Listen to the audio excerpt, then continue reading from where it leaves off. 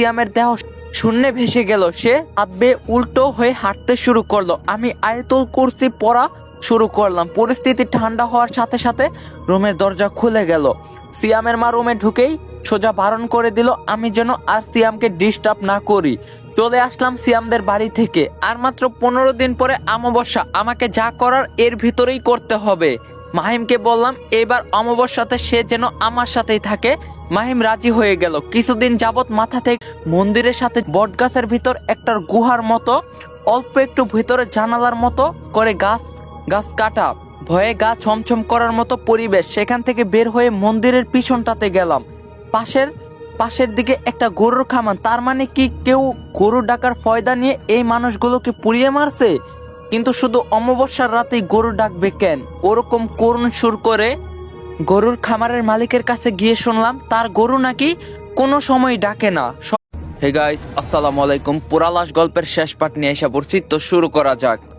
যতক্ষণ না আমি এই পোড়ালাশের হত্যাকারীকে খুঁজে পাচ্ছি, রাতে গরুর ডাকা শুরু হলো। পরিকল্পনা অনুযায়ী এগোতে থাকলাম রাস্তা দিয়ে। কিছু পথ এগোতে মোবাইলে সে প্রাইভেট নাম্বার থেকে মেসেজ আসলো, নন্দিনী একা একা এত রাতে ওদিকটাতে যেও না, নিজের ভালো চাইলে ফিরে যাও।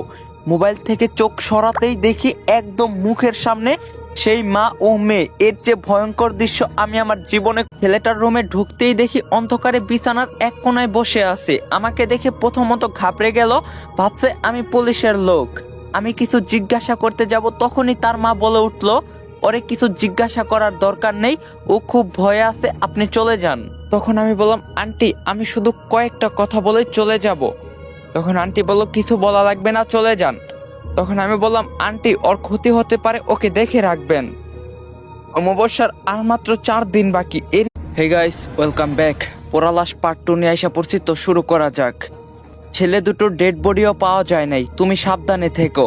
ভয় ভয় ভয় আর ভয়, চারদিকে সবার চোখের ভয় আমাকে আতঙ্কিত করে তুলছিল। কেন সবাই এত ভয় পায়? আদেও কি এসব ভূতের কাজ কারবার না অন্য কিছু? এসব কিছু জানার আগে আমাকে মহিলা ও তার বাচ্চার সমস্ত কিছু জানতে হবে, কিন্তু কিভাবে? আবারও ভরসা মাহিম, ওকে নিয়ে থানার ম্যাডামের সাথে। পরিবেশটা কেমন জানি ভয়ঙ্কর হয়ে গেল। ভয়ে গায়ের লোম দাঁড়িয়ে গেল।